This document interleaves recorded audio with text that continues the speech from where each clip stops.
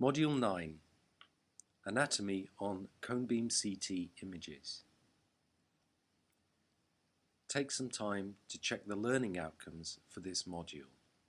In terms of knowledge and understanding, we hope that you will have achieved a knowledge of the normal anatomy of the dentoalveolar region of the jaws, and a knowledge of the normal variance of anatomy in this region. In terms of skills and abilities, we hope that you will be able to navigate a cone beam CT volume in axial, coronal and sagittal planes and in multiplanar reformatted images so as to demonstrate normal anatomy. To be able to recognize the appearances on cone beam CT images of normal anatomy of the dentoalveolar region. To be able to recognize normal variants of anatomy in the dentoalveolar region on CBCT images, and to recognize when the CBCT features deviate sufficiently from the normal range of variation to be consistent with pathosis. Overall, the judgment and stance for this module is to strive for high accuracy in recognizing normal anatomical structures of the dentoalveolar region on CBCT images. It's important to define what we mean by the dentoalveolar region. What we mean by this are the teeth, their supporting structures, the mandible and the maxilla up to the floor of nose. However, depending upon the CBCT scanner and the field of view used, regions outside of this area may be included. But in these cases, interpretation should ideally involve a specialist dental and maxillofacial radiologist or a clinical radiologist. The dentoalveolar region represents areas that the dentist is already familiar with in two-dimensional imaging. It is also the areas in which dental disease occurs and in which dental treatment is located. Let's just look at a few basics about CBCT images. First, the grayscale. Air is black, soft tissues are grey, and fat and loose connective tissue is slightly darker. This is something that we don't normally spend much time studying on cone beam CT images, but certainly if we increase the contrast sufficiently on some cone beam CT scans, we are able to just make out the differential absorption of different soft tissues, as you can see here. Calcified tissue on cone beam CT scans, including bone and teeth of course, are a range of grayscale from light grey through to very light grey, almost approaching white, depending on how the contrast and brightness settings are set. Metal is of course white, whether that be titanium as here from some implants, or dental amalgam or gold.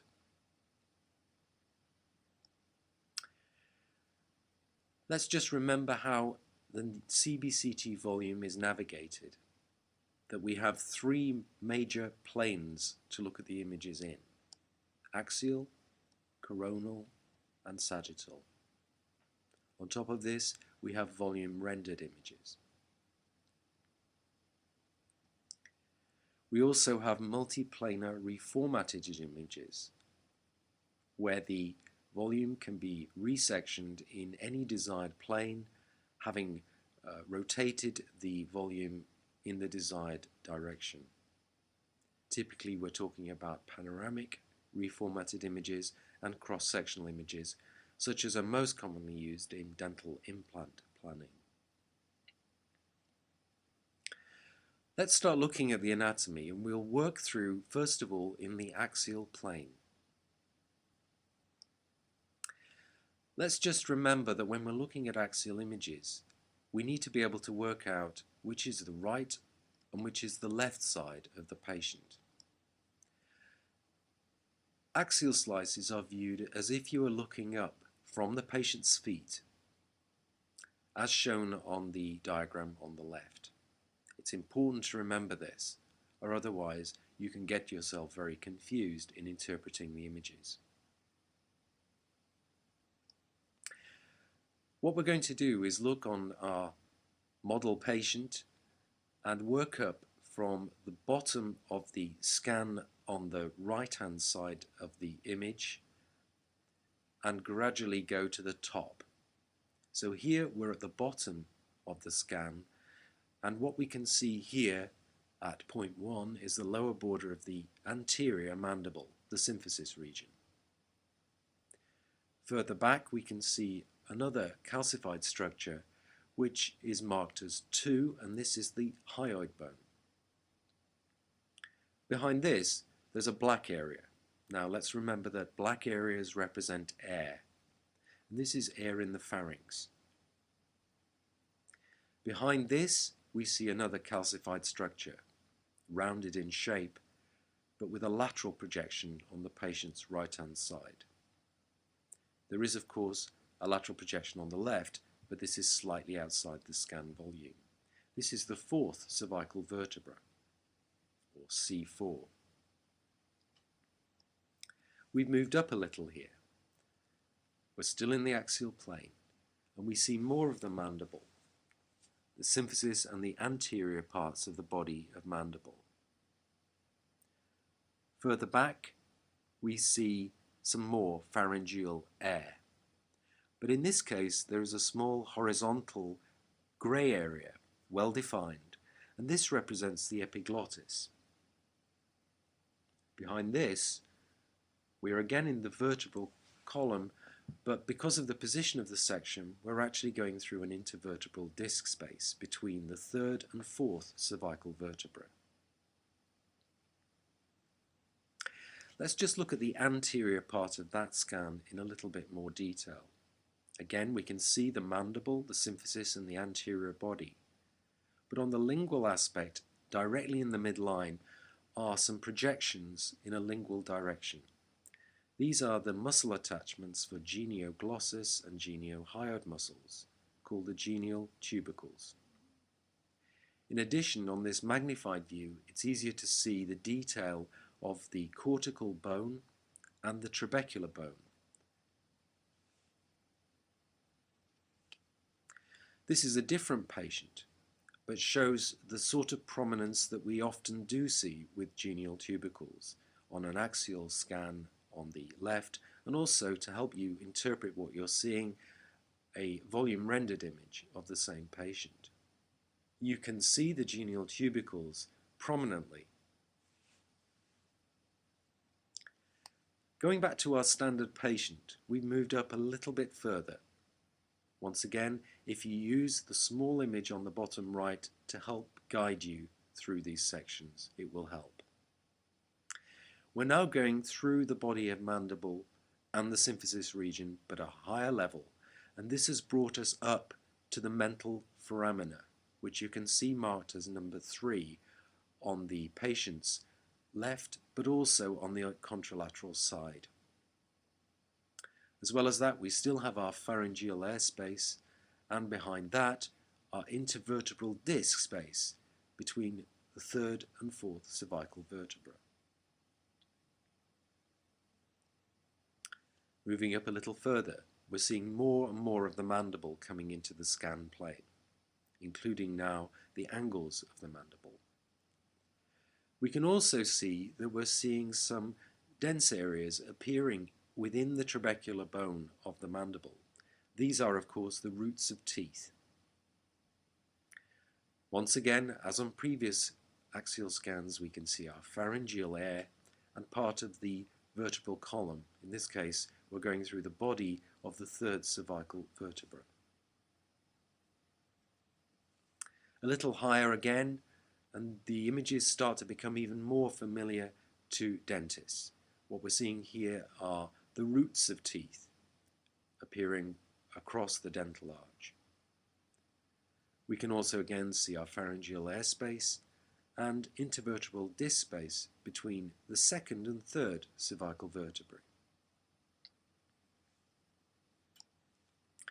Now we're almost at the level of the occlusal plane, and we're in the crowns of the mandibular teeth. We can also see on the right-hand side of the patient, remember that's the left-hand side of the image as you're looking at it, the roots of the third molar. We can see the thinner mandibular ramus on both sides, our pharyngeal airspace, and the body of the second cervical vertebra. Just having a close-up view of part of that image, here we're looking at the left ramus of the mandible. We can also see the inferior dental or inferior alveolar canal within the ramus of the mandible as a round, darker area. Now we've moved up into the maxillary teeth. We can see the crowns of those teeth very clearly. The mandibular ramus is marked as number 2, and here what we saw previously as the inferior dental canal has now emerged on the medial aspect of the ramus as the mandibular foramen. Once again, more posteriorly in the midline we have pharyngeal air, and we have the second cervical vertebra, or axis vertebra. If you look just distal to the third molars on both sides of this scan, you will see a darker area. This is clearly seen on the patient's left and is shown by a marker numbered 6 on the patient's right. This is artifact. It's actually a beam hardening artifact from the density of the teeth, not anatomy and not pathology.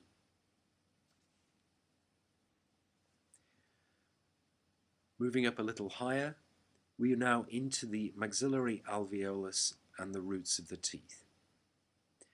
One important piece of anatomy that's marked at number 2 is the nasopalatine or incisive foramen, immediately palatal to the central incisor region. Another piece of anatomy is the pterygoid hamulus, present on both sides and marked here as number 3. This is, as you will remember, at the inferior aspect of the medial pterygoid plate. Just behind the nasopalatine foramen, you can see an irregularly shaped black area. Remember, air is black, and this is merely air in the mouth. This sort of appearance will be irregular and unpredictable depending on where the patient's tongue is positioned during the scan. Looking a little further back at the same level, you can see marked the mandibular ramus, the pharyngeal airspace, and here we're in the anterior arch of the first cervical vertebra, or atlas vertebra, marked 7, and at the odontoid peg, or dens, of the second cervical vertebra, marked 8. A little higher still, we're almost coming out of the roots of the teeth. We can still see maxillary alveolar bone, but we're also seeing the anterior nasal spine in the midline. You can also note the bulging forward of the soft tissues in front of this, which represent the beginning of the soft tissues of the nose. Further back, at the posterior edge of the maxilla, we can see the lateral pterygoid plates, marked on the right-hand side with an arrow and the number 3. The mandibular ramus on each side is still very, very thin mediolaterally. We can see our pharyngeal airspace, the anterior arch of the first cervical vertebra, and the odontoid peg, or dens, of C2. Higher still, and the horseshoe shape of the maxillary alveolus has changed now to a more flat shape. This is the maxilla, and we're into the hard palate. The nasopalatine canal can still be seen. In this case, in this individual patient, it appears as 2 symmetrical smaller radiolucencies. This is normal variation. More posteriorly, marked with an arrow and the number 4, is the greater palatine canal. It's showing better on this left side of the patient than it is on the right side, but it can still be made out on this right side. More posteriorly, the lateral pterygoid plates become very, very prominent at this level. We've also marked the mandibular ramus, the pharyngeal airspace, and on the left side, marked 8, is the maxillary antrum. Now you'll note that this does not appear black. This is because there is some soft tissue within the maxillary antrum. The presence of inflammatory disease in maxillary sinuses is extremely common and is something that you should look out for on all your scans. We've moved up now, and probably the most obvious change is the appearance of the soft tissues of the nose, which no doubt helps you to work out where you are. We can see the nasal septum within the nasal cavity marked number 2. And of course the maxilla is clearly visible. We can again see our greater palatine canal, our lateral pterygoid plates, but now we begin to see the medial pterygoid plates. We can also observe the pharyngeal airspace slowly changing shape as we move up through the scan volume, and the maxillary antrum, again containing soft tissue, is clearly shown on the patient's left. Interestingly, on this particular patient, we have yet to see the maxillary antrum appear on the right-hand side. Hypoplasia of the maxillary antrum is a normal variant, and this patient has a relatively small right maxillary antrum, which will not appear until a higher section. The mandibular ramus is increasingly thinning out as it reaches the point where it will separate into coronoid and condylar processes. Just looking at the anterior part of that scan, we can again see the nasal soft tissues, the nasal septum and the left maxillary antrum. I've just increased the magnification of this small area to point out 2 small radiolucencies, which represent the anterior superior alveolar neurovascular canals. We've now moved up to an even higher level. We're getting towards the top of the volume. Again, we can see the nasal soft tissues. But within the nasal cavities, we can now see the rather curious shape of the inferior nasal concha on each side of the nasal septum. The thin black lines that you see running around these inferior conchae are the actual airway in the patient. If you look at the conchae, you will see that mostly they're made up of soft tissue. But within, especially more anteriorly, you can see a very thin layer of bone. On either side of the maxilla, we can see the prominence of the zygoma, marked as 3. And running posteriorly from this point, we can see the zygomatic arches beginning to appear. They seem to disappear posteriorly simply because the thin zygomatic arch is going out of the plane of this scan.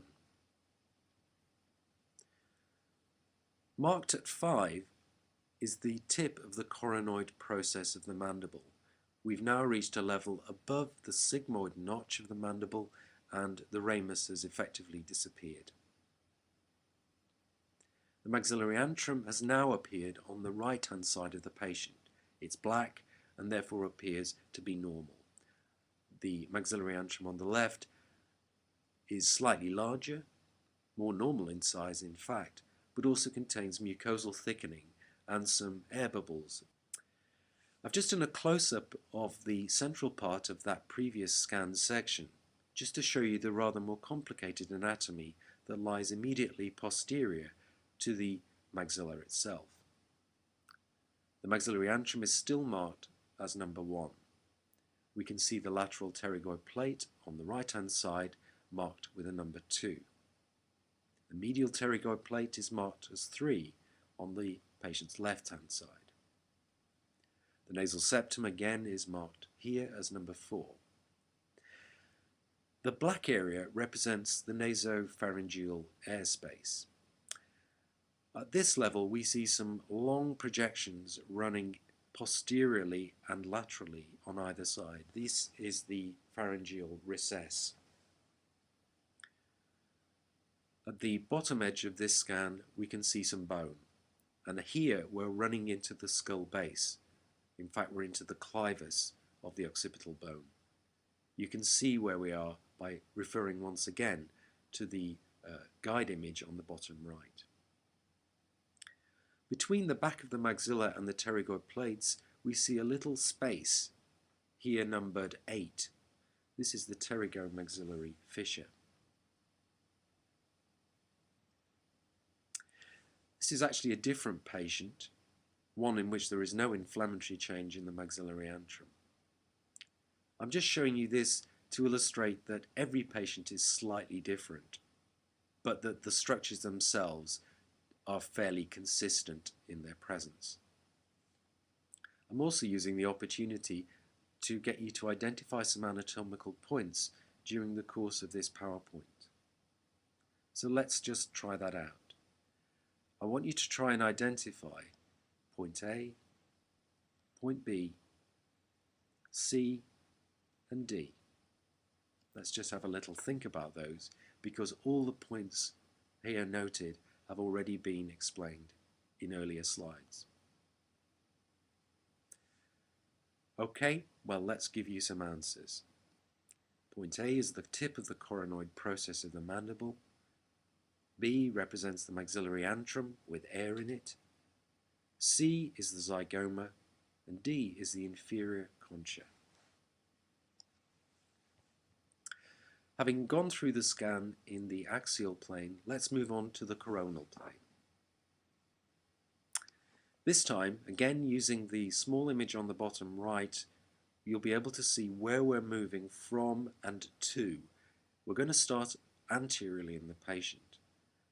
And the first thing you would do when you're traversing a volume like this is to hit the soft tissues. 1 represents the nasal soft tissues, 2 the upper lip, 3 the lower lip, and 4 just the tip of the chin. As we move further back, we're starting to get some bony structures appearing here. Number 1 is the junction really between the nasal bones and the maxilla, forming the lateral aspect of the external aperture of the nasal cavity. Number 2 is the nasal septum, and 3, the bulbous shape of the inferior concha. Think back to how that structure appeared on the axial scans. 4 is obviously the maxilla, and we're seeing some of the anterior teeth, although the section is oblique to these teeth.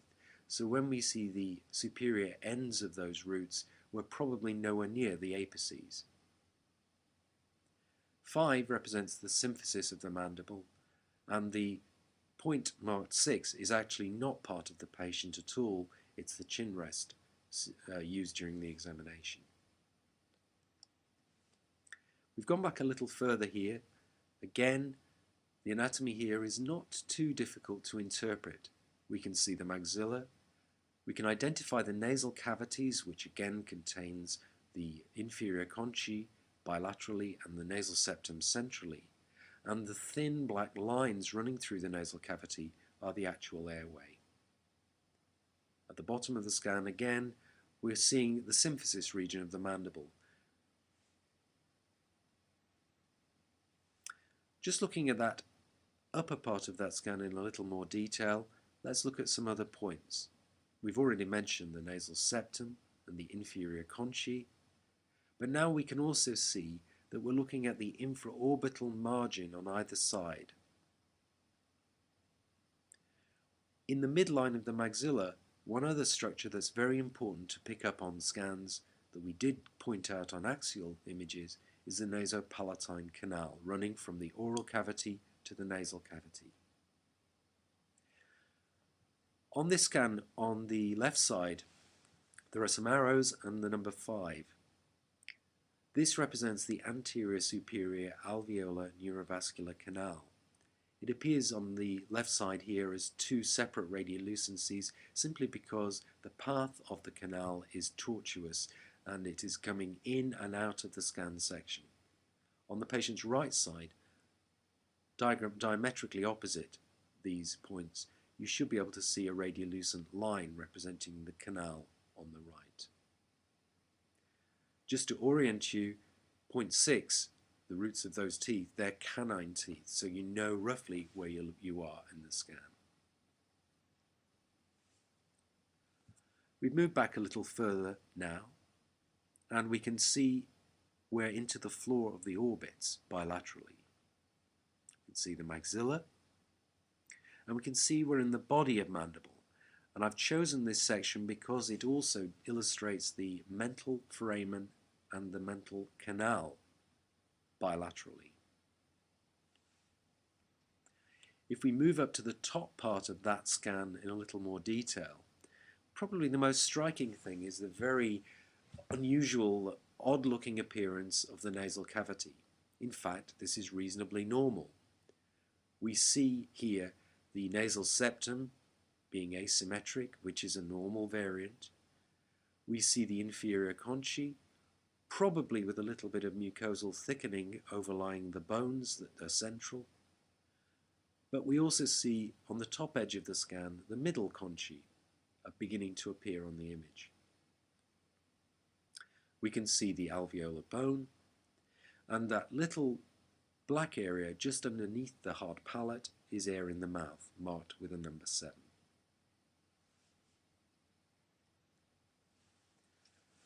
A little further back again now, we're in the floor of the orbit, and actually the grey area above that level is probably going through the eye at this point. Number 3 is the maxillary antrum.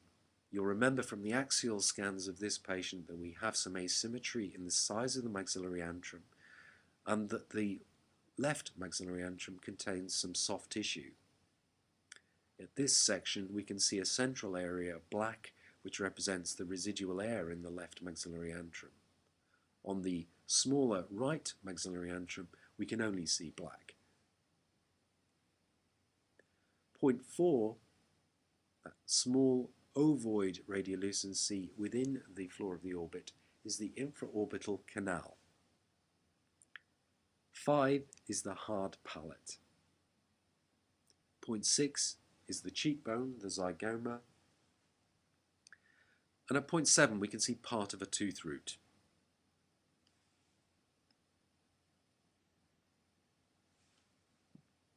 We've moved back a little further now. You should be becoming more familiar with the appearance of the nasal cavities and the maxillary sinuses.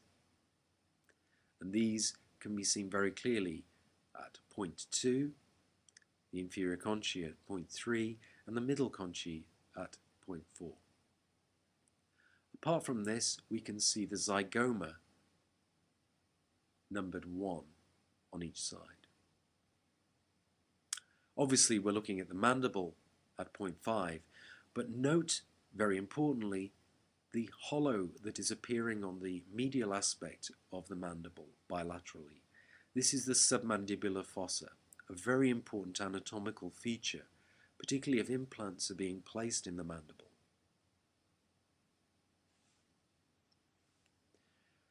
We've now moved back to a point where beginning to go beyond the teeth. Certainly on the left side of the patient, we can see that we're running out of teeth in the mandible, and we're entering the very beginning of the mandibular ramus.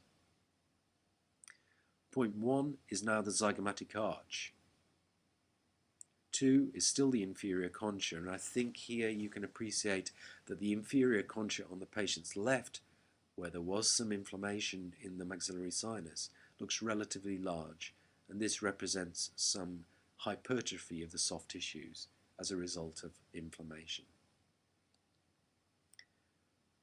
Number 3 is the coronoid process of the mandible.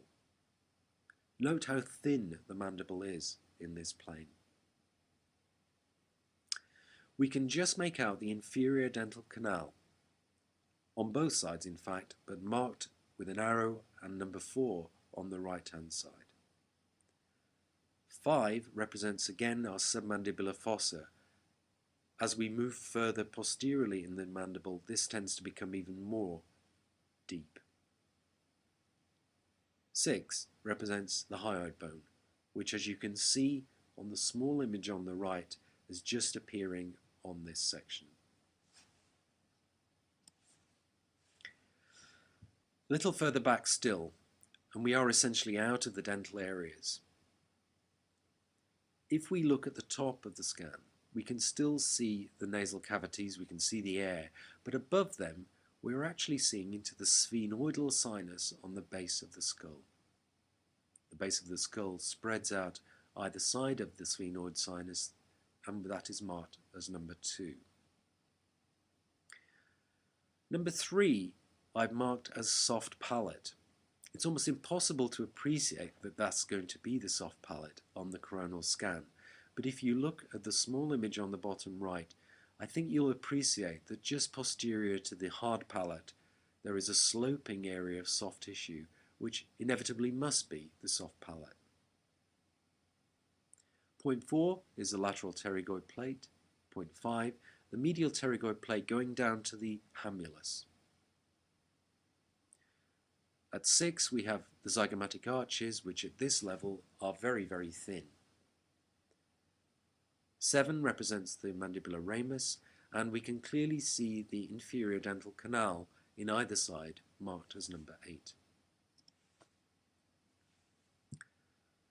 Even further back, we can see the base of skull as really a very prominent structure here. 2 is the nasopharyngeal airspace. 3 is the soft palate, and 4 is the tongue. Again, very confusing pictures on the coronal scan here, but if you refer across to the smaller view on the bottom right, you'll perhaps be able to believe that these are representing the soft palate and the tongue. Clearly, the appearance of these is very variable depending on the section and the position of these structures during the scan. At 5, we're actually into the epiglottis. At this section, we've reached the point where the inferior dental canal emerges on the medial aspects of the ramus of the mandible. And here these are marked as number 6, representing the mandibular foramina. We're almost at the back of the scan now, and we're certainly getting way away from the areas that would be of primary interest to a dentist. But these areas will appear on scans with some particular scanners. At point 1, we have the skull base. When your sections run through the skull base, you will inevitably go through areas where there are foramina and canals running from the cranial cavity into the face. At this particular section, we are happening to go through the carotid canals on each side.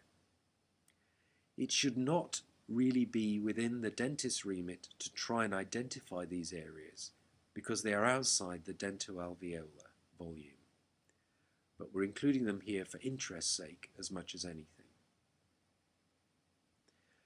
4 represents the pharyngeal airspace, and 3 the opening to the auditory or eustachian tubes. The mandibular ramus is seen as number 5, and in fact we're almost coming out of the posterior edge of that. 6 represents the epiglottis, and on either side of the pharyngeal airspace at this level we see 2 small calcifications, and these are the hyoid bone horns on either side. We really are at the posterior edge of the scan volume now, and we're into the spinal column. And again, for mainly interest's sake, we can see the occipital bone at the base of skull. We can actually see the hypoglossal canals carrying the 12th cranial nerve from the cranial cavity into the face. We can see the first cervical vertebra, atlas, and we can see the odontoid peg of the second cervical vertebra, and below that other cervical vertebrae. Having completed our traverse of the scan volume in the coronal plane, we'll now move on to the sagittal. This is fairly straightforward because we're going to stop at the midline, because generally the anatomy that you will see will be the same on each side. This plane is also not one that's used much in clinical practice because of the shape of the dental arch, so we'll deal with it fairly briskly. Here we're just running through the posterior aspect of the ramus of the right mandible, but we can also see at 1 part of the zygoma, 2 the coronoid process of the mandible, and 4 the skull base. Moving a little further medially, again we can still see the zygoma, the coronoid process, and the ramus of the mandible and the skull base. But what we do start to see here is the diagonal radiolucency of the inferior dental canal. Moving a little further medially still, this becomes quite strange to look at without the aid of the guide on the bottom right. But what we're seeing here is the zygoma, the orbit, the body of mandible at number 3, including some roots of a tooth, and the skull base. Moving more medially, we begin to see some more familiar dental structures that help us to orient where we are. 1 remains the orbit, and 2 the maxilla. Between them, the maxillary sinus, which contains some septations, which are normal variants. At 4, we have the space between the back of the maxilla and the pterygoid region, called the pterygomaxillary fissure. The base of skull is at 5. 6 is the body of mandible, and this contains the mental branch of the inferior dental canal at 7. At the edge of the scan, arrowed and numbered 8, we're just seeing the transverse processes of several of the cervical vertebrae. We're almost at the midline here. 1 represents part of the maxilla. 2, the sphenoidal air sinus within the base of skull. 3 is the inferior concha. Again, this very strange appearance of this structure with a line of air in the middle of it is due to its curious shape. 4 represents nasopharyngeal air. 5, the base of skull. 6 is the hard palate. And 7 is the anterior superior alveolar neurovascular canal. 8, we're seeing part of the first cervical vertebra, and 9 is, of course, the mandible.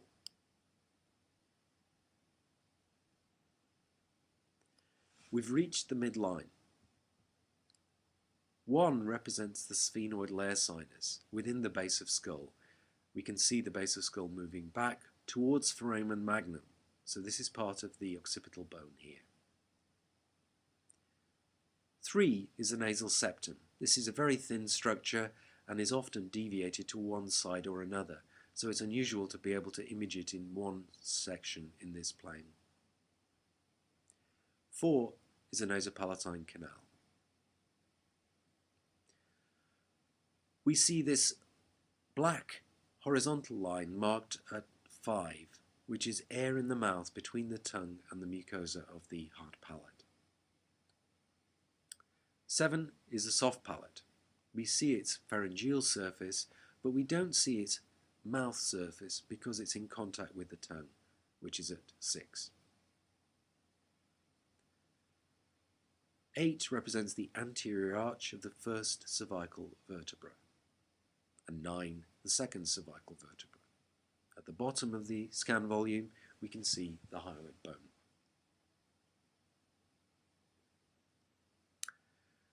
We've now traversed the volume in axial, coronal and sagittal planes. Let's just have a quick look at some anatomy on multiplanar reformatted images. You will remember that multiplanar reconstructions are mouse or cursor placed points in any plane, allowing reconstructions along that line and perpendicular to that line, such as we see here. But multiplanar reconstructions can be done in any direction with any rotation of the volume, so the permutations are many, as we see here. But what we're going to do first is to look at the anatomy on panoramic reconstructions, because this reconstruction is one of the commonest performed when carrying out a dental cone beam CT scan. The thickness of reconstructions needs to be appropriate to the clinical situation. When we're looking at panoramic reconstructions, if we are trying to reproduce a panoramic radiograph, we need to ensure that the thickness of the reconstruction is sufficient to avoid exclusion of areas. For this, the thickness needs to be about 15 to 20 millimeters. The image at the bottom of this slide shows a panoramic reconstruction, but a very thin one.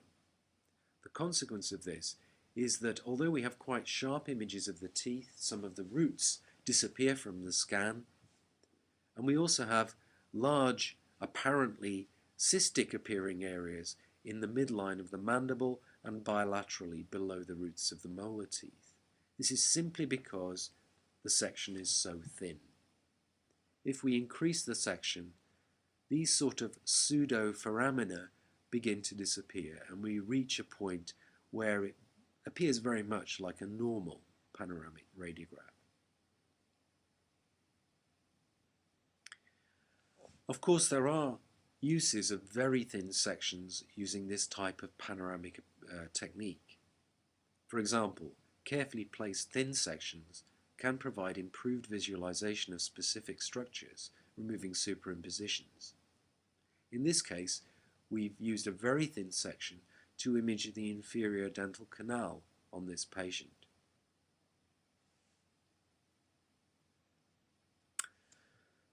The anatomy on panoramic reconstructions should be familiar to many dentists, particularly if you have used a panoramic radiography technique in the past in your practice. So we won't spend much time on this. But what we will do is just briefly have a look at some key points. What I've done here is do a close-up of the panoramic reconstruction that we had on the previous slide, but concentrating on the right maxilla. At the top left-hand side of this image, we can see marked 1, the base of skull. 2 represents the maxillary antrum containing air. 3 is the inferior concha. 4, the nasal septum. The black bits between them are the actual airway in the patient's nasal cavity. 5 is our anterior superior neurovascular canal. 6, we're actually seeing the superimposition of the lateral pterygoid plate of the upper jaw over the coronoid process of the lower jaw.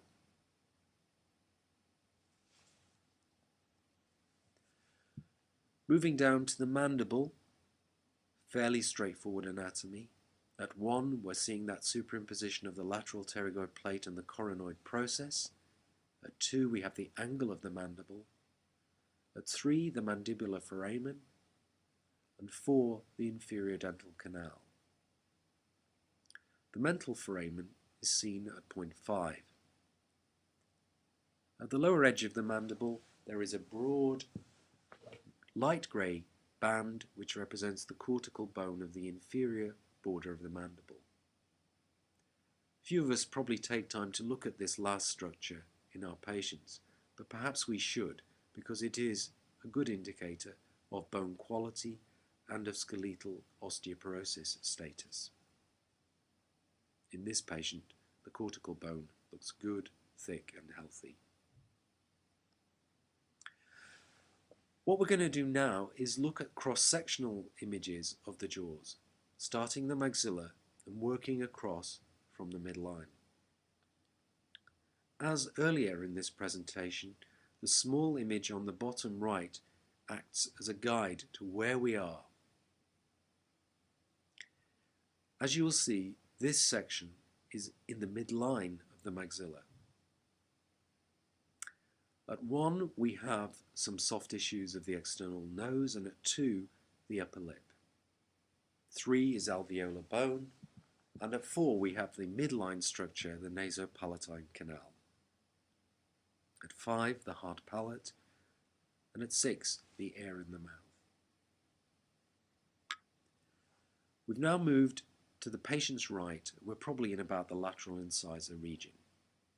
We can again see alveolar bone. We're also just seeing a little bit of bone marked 2, which is the bony edge of the lateral wall of the nose.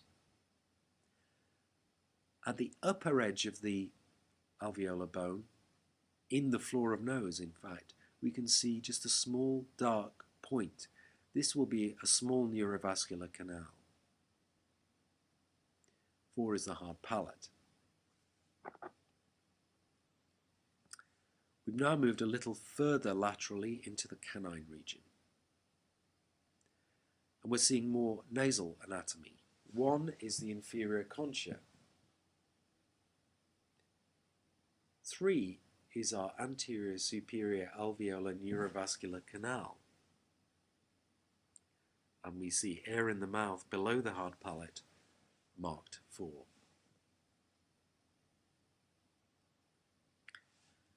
We've now moved back to a premolar level. This is where the anatomy sometimes gets a little bit more complicated to interpret. But if you follow the previous slides, you will see that we can see the nasal cavity on the top left-hand side of this image, with the inferior concha and the airspace around it. The maxillary antrum is just starting to come into this section at point 2, containing air. We have the hard palate at 3, the alveolar bone at 4. Moving back further still, we can again see the nasal cavity containing the inferior concha, the maxillary antrum, albeit in this patient a rather small maxillary antrum, the alveolar bone, and at the top of the scan we're just creeping into the orbit. At the bottom we can see a tooth. It's a single rooted tooth apparently, but in fact it's the palatal root of an upper molar, and the buccal roots are outside this section. Here's a different patient, and what we're going to do now is see if you can identify some anatomical points. What I've done here is select a slice of a different patient on the contralateral side, just to confuse you a little. But let's see if we can identify some points. What is point A? What is B? What is C? And what is D? I'll just give you a few moments to think about that before giving you the answers.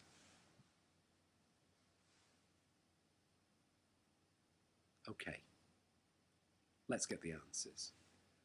A was the maxillary antrum. B is the inferior concha in the nasal cavity. C is the alveolar ridge. And D, the zygomatic process of the maxilla.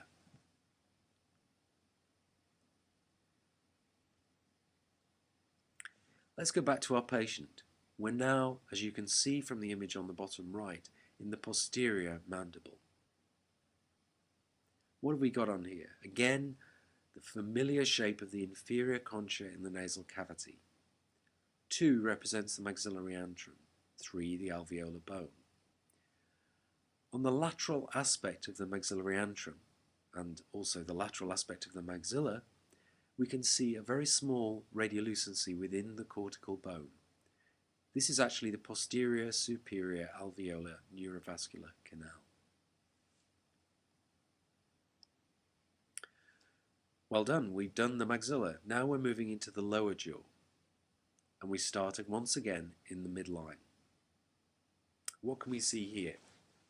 Well, we can see the lower lip.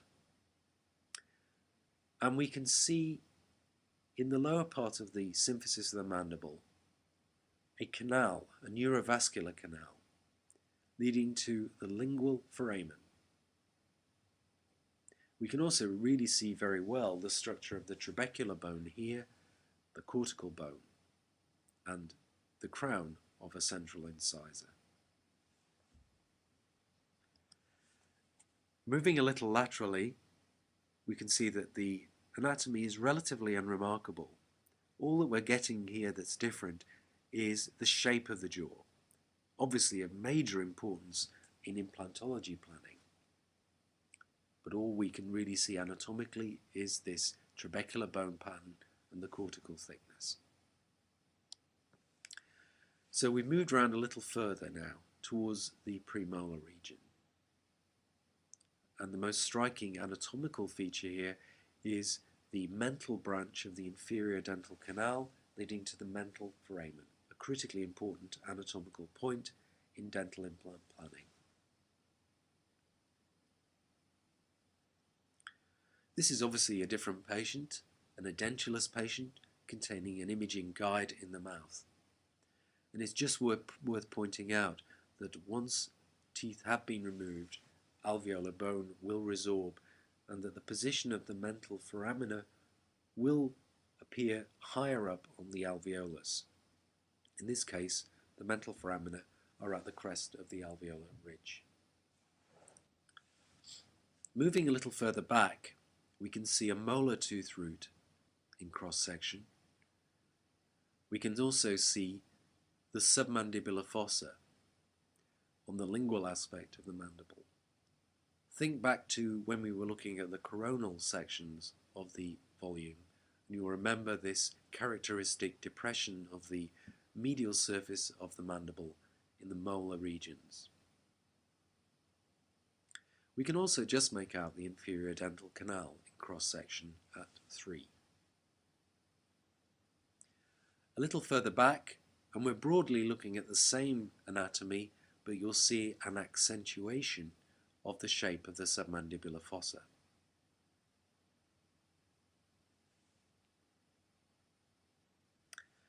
We've now moved back so far that we're into the ramus of the mandible. We can see how thin this is mediolaterally, but we can also pick out the inferior dental canal.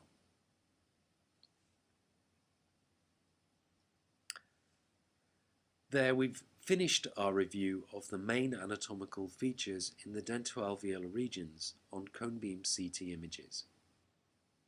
It's really important to understand that every patient has unique features, but that almost all follow the same basic anatomical pattern. Recognition of anatomy is all about pattern recognition. We've spent a lot of time today just looking at one patient, and you need to reinforce this information by looking at other patients, particularly your own, but trying to identify the anatomy as you go through the scans. Spend some time on this module, and perhaps consider repeating this presentation at some point to reinforce the main learning points.